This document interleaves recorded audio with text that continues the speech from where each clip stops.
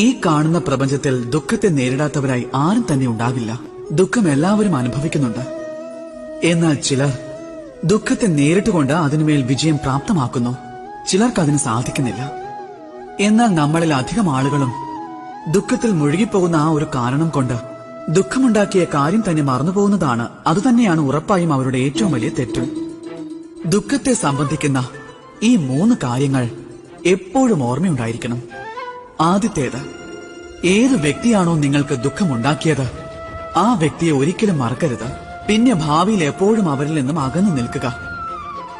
രണ്ടാമത്തേത്, ആരാണോ നിങ്ങൾക്ക് ദുഃഖമുണ്ടായ ആ സമയത്ത് നിങ്ങളെ ഉപേക്ഷിച്ചു പോയത് അവർ നിങ്ങളുടെ സുഹൃത്തേ അല്ല, മുതലെടുക്കുന്നവനാണ്. ഭാവിയിൽ ഒരിക്കലും അവരിൽ ഒരാശയും വയ്ക്കുവാൻ പാടുള്ളതല്ല. പിന്നെ മൂന്നാമത്തേത്, ആരാണോ നിങ്ങളുടെ ദുഃഖസമയത്ത് നിങ്ങൾക്ക് താങ്ങായി കൂടെ നിന്നത്, നിങ്ങളുടെ മനോബലം ഉയർത്തിയത്